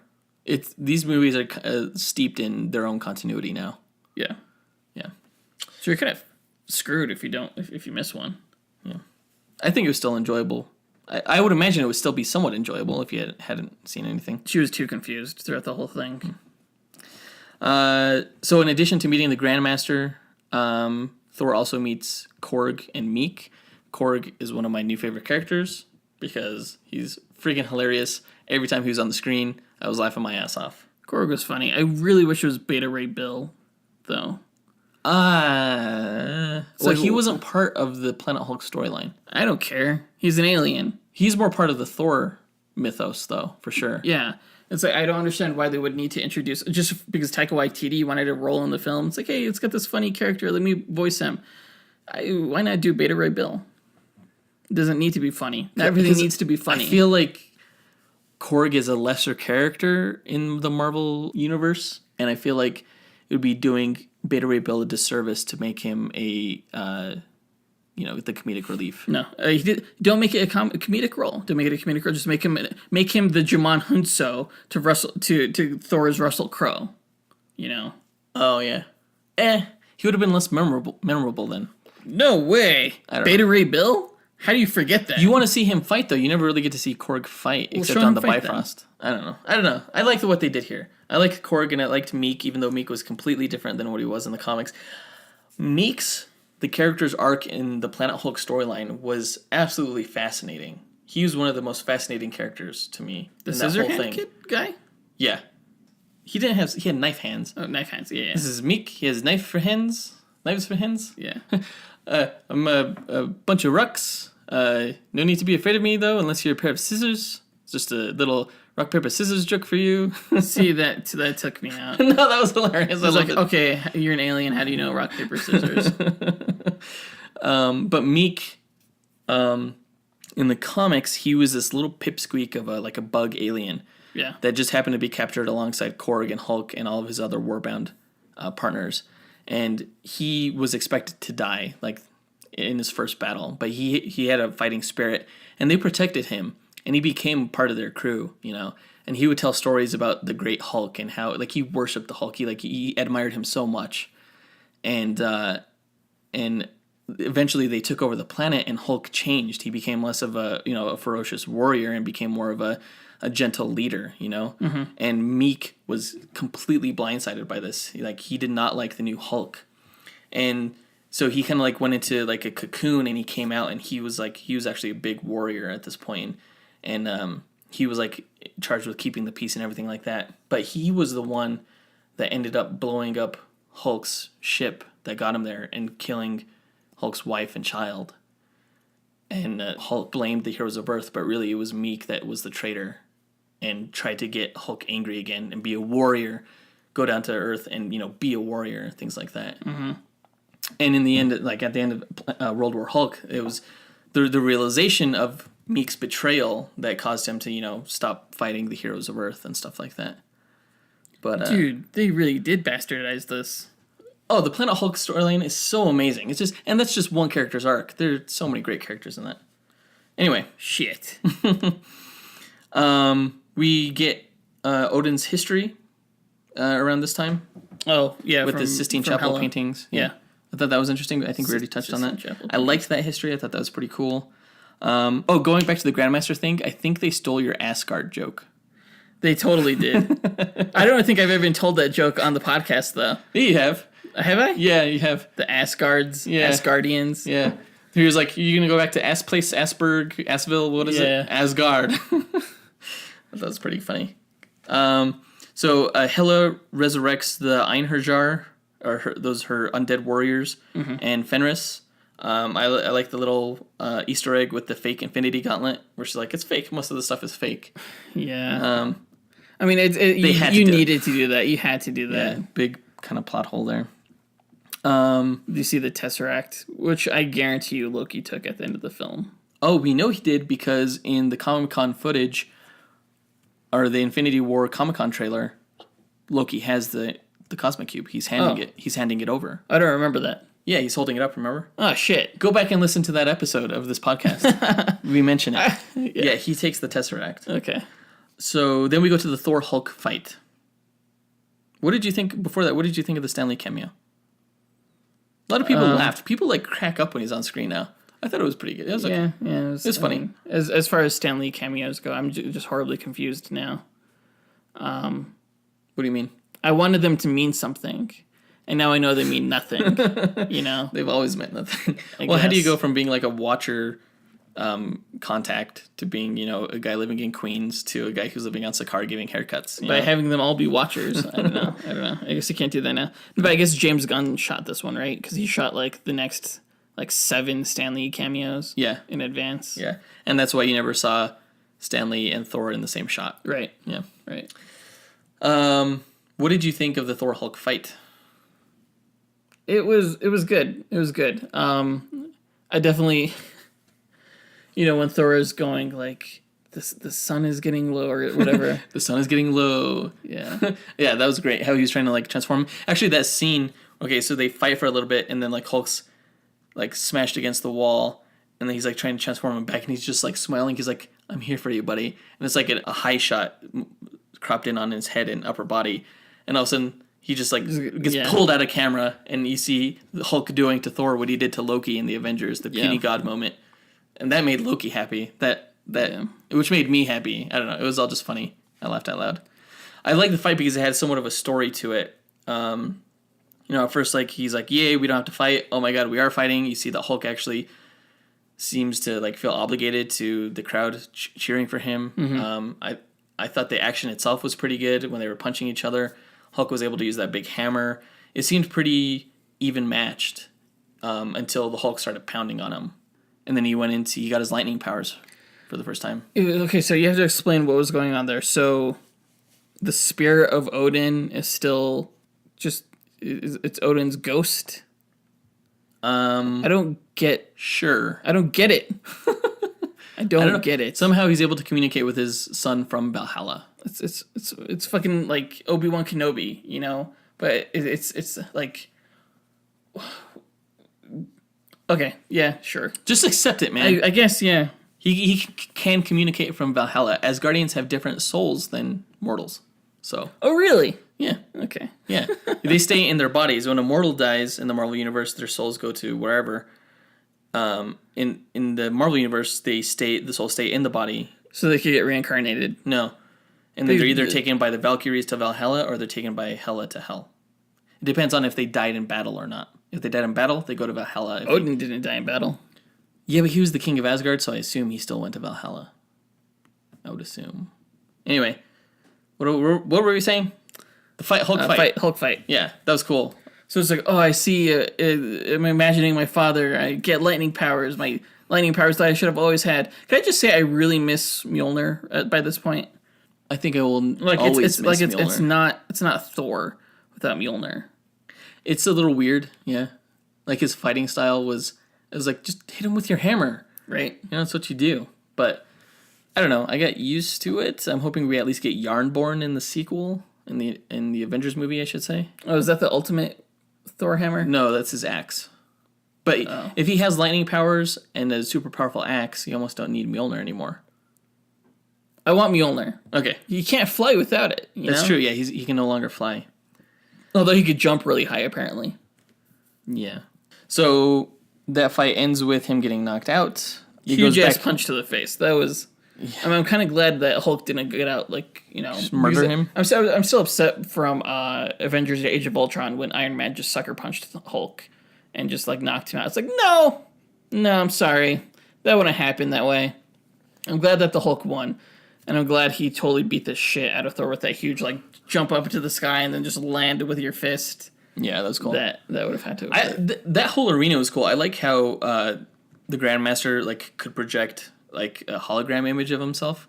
That, just as a visual, it was really interesting. I liked it a lot. It was really... It was like Blade Runner on steroids, kind of. I think image. Blade Runner 2049 is Blade Runner on steroids. Okay, that's probably true. All right, so we go back to Asgard. We see that the Bifrost Sword is missing, so Hela can't start her conquest of the realms. Enter Heimdall, who we find out is rescuing Asgardians and hiding them out. Asgardians. In a secret area of Asgard. Now, my ideal Thor movie has always been very akin to the tone and feel of the Lord of the Rings movies. Oh, yeah. And it's interesting that this movie, which is very much not that... The Lord of the Rings, has the most like fantasy elements in it. We see more of Asgard here than we do in any of the other Thor movies. And I thought it was fascinating. Like that door that they open up to go to hide the Asgardians felt very much like the door that leads to the Dwarven Kingdom from the Fellowship of the Ring. Do you remember that? It felt very there are parts of this that felt more like Lord of the Rings than even Thor: The Dark World. Moria. Yeah, that place. Mines of Moria. Yep. So I appreciated that. That was cool. So we got a little bit of the best of both worlds between, you know, we got. I like seeing Asgard. I really wish both the Dark World and would have spent more time in Asgard and even the first Thor movie. It was interesting how Heimdall was able to share his sight with Thor. Yeah, I didn't know that was a thing. Apparently it is. It's like you should have used that more often. Especially in the first Thor movie, that would have been handy. Yeah. although he couldn't communicate with him. But Thor wakes up in Hulk's room, and they argue, and it's hilarious because Hulk can talk now. I wonder why they're sharing a room. I don't know. Maybe Hulk wanted him to come to his room so that they could talk or something. Yeah, maybe. Because he was just chilling in his hot tub. Yeah. Thor was like, that's an image that's in my brain now. I guess Chris Hemsworth came up with that joke. Really? Yeah. It was funny. Really like that scene where they were arguing with each other and kicking things, and did you see the humanity behind the Hulk and everything, and like you see emotion from him, and they have that heart to heart. Just that interaction there was one of my favorite parts of this movie. Like, I felt for the Hulk. That dude's cool. So he escapes because he grabs Valkyrie's zapper thing. Mm-hmm. He jumps out. He goes to the Quinjet. And that moment right there where he was like, because this is what heroes do. And he like jumps out the window. It was so, like, it was like something from Teen Titans Go, you know? Well, before that, you have to remember that he hit himself in the face with a bouncing rubber ball. Even that. Yeah, even that. It's so like over the top, just comedy for comedy's sake, you know. Goes to the Quinjet. Hulk follows him, and he's like, "Friend, stay, friend, stay." I love the Hulk, man. Yeah, just everything that he does is awesome. He turns into Bruce Banner after he sees the video that was played by Black Widow, and we get Bruce Banner back, and I think Mark Ruffalo was fantastic. I really like the scene where like Thor is trying to convince him to go fight his battle, and he's like, "No, that's your sister. That's like a family thing." Yeah, that was great. Yeah. So they go. They're like fugitives. I don't understand. Okay, here's another thing that wasn't paid off. The tight pants, Tony's tight pants. He kept tugging at his crotch, saying how tight Tony's pants were. And then, like, that's not a setup. I totally thought that was a setup for later on in the film when he just shreds Tony's pants. Nope. They stretch. Apparently, I guess. Well, since we're on the topic of setups with no payoff, he was also saying during this scene that if he turns into the Hulk, he's probably not going to change back into the Bruce Banner. Oh, I know. You didn't really get any of that consequence. No. So, it's like, is Bruce Banner just gone now? Probably not. I doubt it. I think that was more just Mark Ruffalo or not, Bruce Banner's fear of not being able to come back. It was false setup. It's showing the gun and not having the gun go off by the third act, you know? Yeah, I mean, it added some tension. Like, you don't want him to change back into the Hulk because of those statements, but, you know, it's, not necessarily true statements. Right. Loki and Valkyrie get called up to the Grandmaster, and I like how the Grandmaster, because he loves a good game. He was like, all right, see who can catch him first. I like this idea. You know, I don't have to publicly execute you. And Loki and Valkyrie fight right after that, and then we learn Valkyrie's backstory. Pretty cool scene. We saw everything in the trailer, pretty much. Yeah, we saw most of that in the trailer. There wasn't really much more to that. No. But the visuals were other cool. than, like, a Valkyrie from the comics-looking Valkyrie, like, blocked Tessa Thompson's Valkyrie from getting killed. Yeah. I was like, oh, it's Valkyrie from the comics. Oh, that's the real Valkyrie. Oh, no. No, I think this new Tessa Thompson's character definitely takes over that role. The character is all the more interesting for it. She ends up joining up with the Hulk and Thor, and they become the Revengers. She takes him to go see Loki, who she had chained up, and they kind of, form a plan.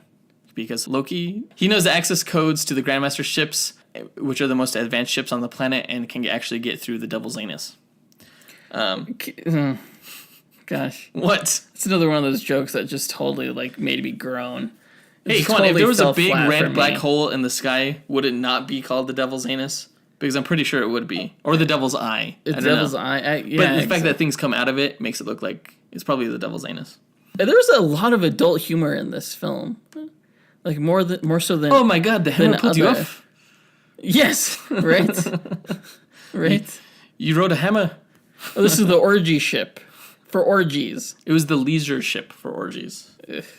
It wasn't the orgy ship. It was the. I loved that ship though. I have to say, when Mark Ruffalo's like when they're escaping, and he's like, one of these has to be a weapon, and he hits the the fireworks button. It's like, oh, it's my birthday. And it was like, it's my birthday. I thought that was hilarious. I just love that whole scene. That was a great action scene where like Valkyrie and Thor, they were jumping from ship to ship, just taking them out on foot. That That was cool to me. I think it was the music that was being played right there. Very heroic, very synth 80s feel. Very cool. Very cool. Before that, there was a small Thor Loki moment. It was probably their big, in the elevator? moment. Yeah, in the elevator. They kind of have a heart-to-heart about like who they are as people. They acknowledge that they've gone on separate paths as individuals. It ends with Loki betraying Thor again, and Thor just calling him out as predictable and things like that. I thought that whole thing was pretty interesting. And yeah, it really needs that continuity. You really probably should have seen the earlier movies to really appreciate that scene. Yeah. Or those moments between them. Hela learns the sword's location on Asgard after they almost execute one of the Asgardians. The Asgardians. And so they go through the wormhole to get near Asgard right as she's about to discover all the Asgardians. You keep saying it. I can't not hear it.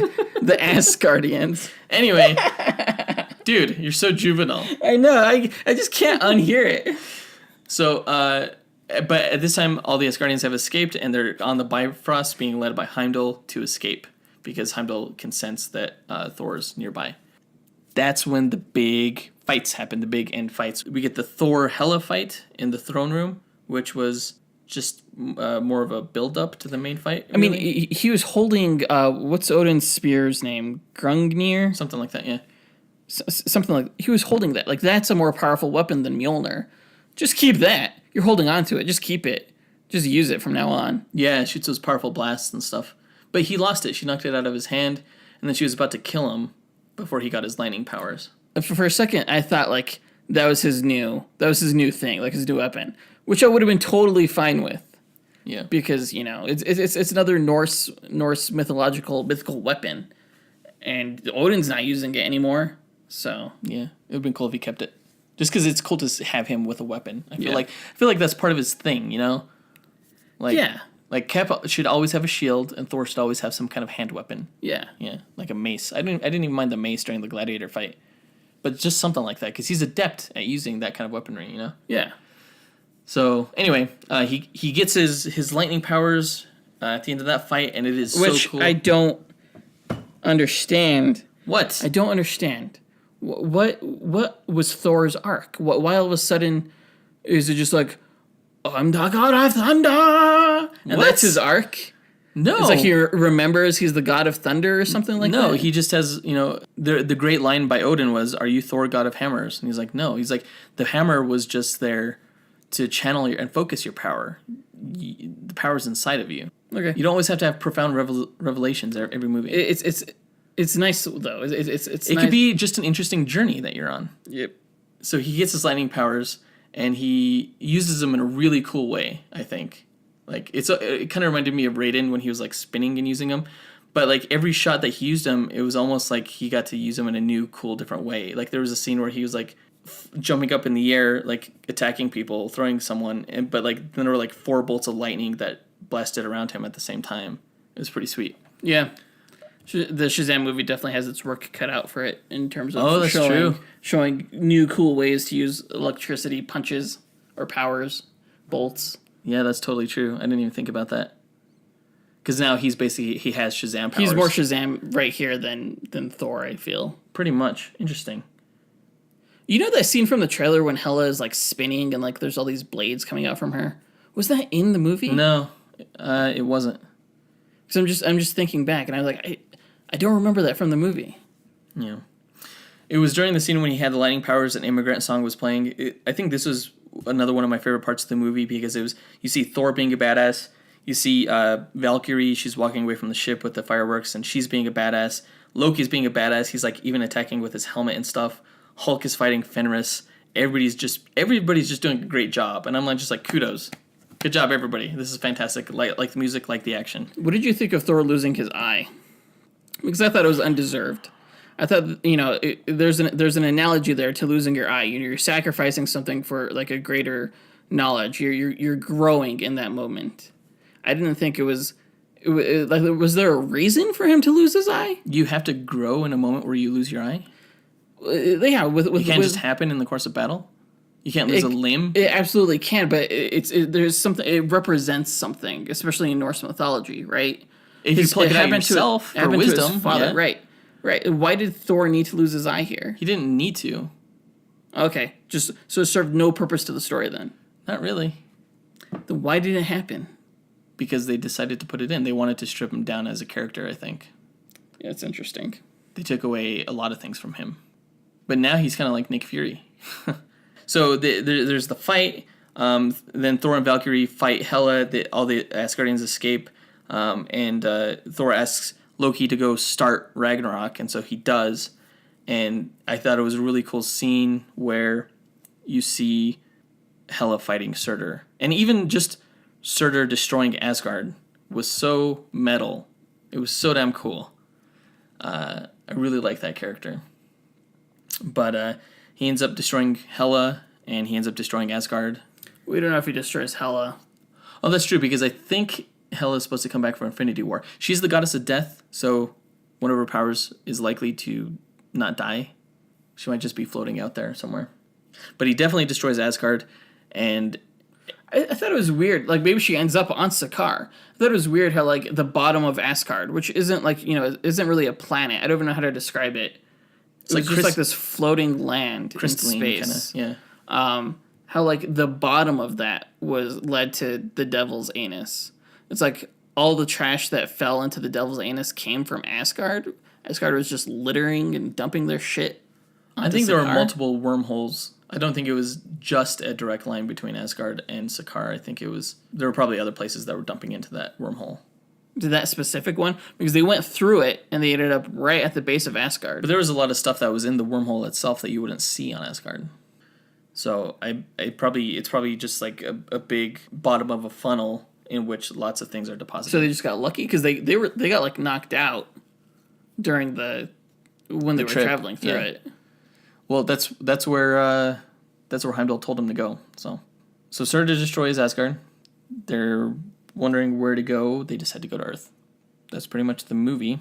I think it was really interesting that when Thor took the head seat of the ship that they were on, they were playing the same music that they played from the first Thor movie when he was during his coronation ceremony, before it was interrupted by the Frost Giant stealing the casket of ancient winters. Mm-hmm. So it kind of came full circle right there. I don't think anybody, when that first Thor movie came out, could have ever predicted this is what it would look like when he finally took the throne and became absolutely. king. No, yeah. He's wearing an eye patch, short hair, no Mjolnir. They're in a spaceship. It is just completely bizarre, but I found it terribly interesting. I was like, holy crap, this is not where I ever imagined the series would go. I'm utterly fascinated by this. I hope it pays off. All these, choices that they made can have huge consequences. Oh, for sure. And you want the resolution to work, basically. There was an interesting after credits scene where we see Thanos' ship, which Kevin Feige has called Sanctuary 2. I thought the ship that was holding the Asgardians was big. Thanos' ship was like 100 times bigger than that. It was insane. But it's interesting because during the Infinity War teaser trailer that was shown at Comic-Con, the way it starts off is that the Guardians of the Galaxy slam into Thor, who's floating out in the middle of space with their windshield. He slams onto their windshield, and they pull him in. Now I'm wondering what's going to happen to the Asgardians. What's going to happen to the Hulk? What happens to Loki? Yeah. What happens to everyone? They're all with Thanos. I mean, they're obviously going to put in Thor's eye patch in post with CG. Yeah. Which brings up another quick point real quick of how much was different from the trailer that was in the film. Like the scene where he like lands on the bridge and like his eyes are like lightning and he's glowing. Yeah. It was different in the movie because of obviously they didn't want to spoil the fact that he loses his eye. Right. But it makes me think back to like your hypothesis that in the Black Panther film, when he's communing with those Black Panthers and there's like a purple sky, he's probably using the soul gem. And, the purple sky may be orange in the actual film. It doesn't need to be orange. Was everything glowing yellow whenever Loki would use the Mind Stone? That's true. That was dumb. It should have been. Anyway, so yeah, back to like where everyone else is. I mean, they're all with Thanos. I wonder if the Infinity War story starts off with Hulk. Like Hulk might be the inside man on Thanos' ship, and kind of like learning about him from the inside, kind of, and then trying to like relay information to Earth or something like that. I don't know. would be interesting. I really wish they would have resolved whether or not Hulk can even transform back into Mark Ruffalo, into Bruce Banner. Like, do we have smart Hulk? Or, I bet Bruce Banner would be much more of an asset on Thanos' ship than Hulk would be. Oh, definitely. Because, he's not going to smash anything. He'd be more like a spy, kind of. Right. I hope that's his role. We'll see. So that's the end of the story breakdown. Overall, I really enjoyed the movie. It definitely has its faults. I think we spent a majority of this review going over what we thought was wrong with the film. But when you watch the movie and you just have so much fun with it, they did something really right here that is hard to quantify. It's just ballsy. I think it's ballsy as heck. It's going to go down as one of the most fun movies of this decade, I think. I think it's going to be remembered. Of the decade? Of this year, at least. I know, but I think like when people are doing like their decade recaps or something, you're going to see a flash of Thor Ragnarok in there because it's just so visually bold. No, you're sucking its dick again. Don't do that. It's not. I don't suck its dick. I don't think it's going to be that memorable. I think it'll be remembered at least not for its story, but for its visual style. I mean, I think it'll be more memorable than probably any of the other Marvel films to come out this year. But like, I don't think it's going to end up on anyone's top 10 lists. I'm not saying I never said that. I'm just saying the visuals are going to be remembered. In terms of quality, no, it's not going to end up on anybody's top 10 lists. I was speaking in terms of style, but it did lend to the existing quality from the film. I thought it was a good story. I thought it had great action. It had balls. And for that, I give it 4 stars. Same as the other movies that came out this year from Marvel. Yeah, I can't, honestly give it anything less than 4 stars. I don't want to give it any more, but I can't say I liked it any less than Spider-Man Homecoming or Guardians of the Galaxy this year. I liked it a lot more than Doctor Strange. Yeah, I rank it a little bit higher than that too. So yeah, it gets 4 stars for me as well. Same rating, but within that rating, if I had to rank them within the rating, I would rank Thor Ragnarok higher than Doctor Strange. Yeah, and just below probably Guardians of the Galaxy Volume 1. I think I liked this. I think this is my favorite Marvel film. It's either this or Spider-Man Homecoming. I don't know if I could... Your favorite Marvel film overall? No, just of this year. Oh, yeah. Yeah, of this year, I would say this is my favorite. I liked it more than Spider-Man Homecoming, and I liked it better than Volume 2, Guardians of the Galaxy. It's nice that you're ending the year on a strong note. Yeah. So hopefully Justice League can match that. Yeah, we'll see. It's going to be hard to beat Wonder Woman. I'm going to put that out there right away. I really liked Wonder Woman. I thought it was really good. I'm really excited at the prospect of seeing all the Justice League characters together, but I'm trying to temper my expectations because I know people are going to just shit all over it, like, no matter what. So, yeah. They released some clips, and I've definitely, I watched probably more than I should, but I'm just trying to set my expectations. You can only hope that it's as good as Thor Ragnarok. Everyone that I went to that I saw this movie with has really liked it. We even got some letters from some of our... I hope it's better. What are you talking about? Some of our readers wrote in with their reviews of the film real quick. Actually, they're both from Europe, so they sent me their reviews weeks ago. But we got one review from Julian Finch who said, Thor Ragnarok is awesome. I didn't want it to end. The only 2 disappointing things was how quickly certain popular characters were unceremoniously dispatched, and the end credit sting was a bit of a damp squib, which I think in British English means disappointment. With Jeff Goldblum? Or yeah, with Thanos? With Jeff Goldblum. Okay. We didn't talk about that. That was kind of a meh kind of thing. So it's a tie. Yeah. He says, however, everything else is sublime and elevates this entry into my top 5 MCU films. It is a Taika Waititi film through and through, and I would recommend his previous 2 efforts as evidence of this. So, to sum up, amazingly enjoyable with many scenes that almost make you want to cry out with glee. Could this be an impossibly high watermark to follow? Black Panther, beat that. We'll see if it does. I think it will. You think it will? I think it will. So, yeah, when he sent me that review, I was like, oh, my hype level's at 1 billion right now. So, another listener from Austria, Lenka Minarikova, she has won one of our no prizes before. She answered the trivia question, the last one that we gave out. She got that one right. And she's an awesome yoga instructor. If you want to follow her on Instagram, she's under Zgung. That's Zgung. Her review of the film was visually the best MCU movie. Every scene was really beautiful, sometimes almost fake looking. The humor was on point, even more funny than Guardians of the Galaxy, but maybe even this was too much sometimes. My boyfriend, who is very sensitive to good humor and is not a Marvel fan, was laughing all the time. And of course, Marvel almost has a copyright on ending a serious build-up, dramatic scene with a joke. I wish they would have at least once believed in the movie. It would not do that for every single dramatic scene. It's the bathos. Yeah. It's I remember seeing a YouTube video about that, about Marvel and bathos. Mm-hmm. It's interesting that she brings that up. Yeah.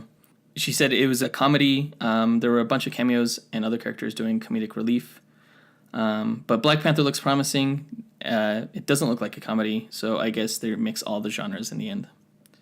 So, thank you for sending those thoughts. I really like seeing your guys' thoughts on the movies. And if you guys ever want to do that with the upcoming Justice League, if you happen to see it ahead of time, definitely send those thoughts over to us. Yeah, definitely. And we'll read them on the podcast. And I don't know if they'll be able to do that, because I think Justice League is pretty much day and date everywhere in the most of the major territories. Are you nervous about the embargo? Because I am. There's an embargo on the Justice League film that doesn't release until like a couple days before it's... No, I'm not, released. Because there was an embargo on Wonder Woman. It was the same embargo. Yeah, but they lifted that early. Like they set no, I mean they let a few people definitely put out their reactions to the film, but the embargo wasn't lifted. Interesting. What more concerns me about the Justice League film was the runtime. I'm not concerned about that. Look at everybody thought Avengers was going to be 3 hours long. Look at BVS's runtime. That was way too long, you know? But like that's what I want. Especially from a Justice League film. I don't want it to end. I think you could get plenty of story across within, the 2 hours. The movie's 2 hours? Yeah, like 2 hours exactly. My also biggest concern is that like I'm afraid they're really, especially with Joss Whedon, really marveling up the DC film universe with all the jokes. It's like the clips I've seen, so many jokes everywhere. It's like nah. It's interesting that she mentioned that like Black Panther doesn't look like a comedy. She's right. Like I'm kind of like sort of prejudiced against Marvel, their films, because I'm like, oh, everything has to be a comedy. But she's right in saying that Black Panther, like there are no jokes in the trailer, which is really cool, which I like. Right. I want these things again to be taken seriously, as I was mentioning earlier. Yeah. And so semi-concerned with Justice League. I mean, I'm sure people are gonna love the Flash because he definitely seems to me like the most comedic character. So I don't know. We'll see. I hope people like it. I hope I like it. Pretty confident I will. All right. Well, that will be our next episode. We'll be reviewing Justice League. A hint for the trivia question that we gave earlier. The question was, name one other actor that has been killed in one universe's movie, and then they're cast as another character for the other company, whether Marvel or DC. So the hint is, in addition to Zachary Levi, we were able to think of like 5 other actors off the top of our heads. But remember, they have to be killed first and then cast for the other company. Right. So that's not much of a hint, but that's what it is. It's more of a clarification. Yeah. Before we sign off real quick, I want to mention in mid-December, December 16th, we are going to have our annual holiday episode where we always kind of try and play a little bit of fun with the characters we pit against each other. This year, we are going to do Crypto versus Throg. Which is going to be fantastic. So it's the Superman's dog versus Thor's frog. Yeah. Not Thor's frog, but a frog with Thor powers. Right. So last year, what we did was we did Chip the Green Lantern versus Rocket Raccoon, and we had Jay Horsley III from Y2CL draw up the cover art for that podcast episode. And then we auctioned the art. When we auctioned it out, we donate the money to charity. Yeah. So we're doing the same thing this year. This year, we have probably what I would consider like the best illustrator, not only that I personally know, but like in my own opinion, one of the best illustrators like in existence right now. It's insane. His name is Paul Heaston. I used to work with his wife, and if you're curious, if you're not sure who he is or you have any doubts as to his ability, if you follow him on Instagram, you'll notice that a few other really very prominent comic book artists also follow him and like his stuff and just comment on how amazing his stuff is. Like Ed McGuinness. So it's I'm really excited to have the opportunity for him to do our podcast cover art. Definitely, if you know someone during the holiday season who would love something like this, just someone that's super nerdy, definitely consider putting in a bid for this once we get the auction up. And we'll have more details down the road. It's going to go to a good cause. We haven't decided, Paul hasn't decided what charity we're going to be donating to yet, but we'll definitely have more information as we get closer to that episode. Yeah, buy the Cryptoverse Throg art, and proceeds go to charity. Good all around. Yeah.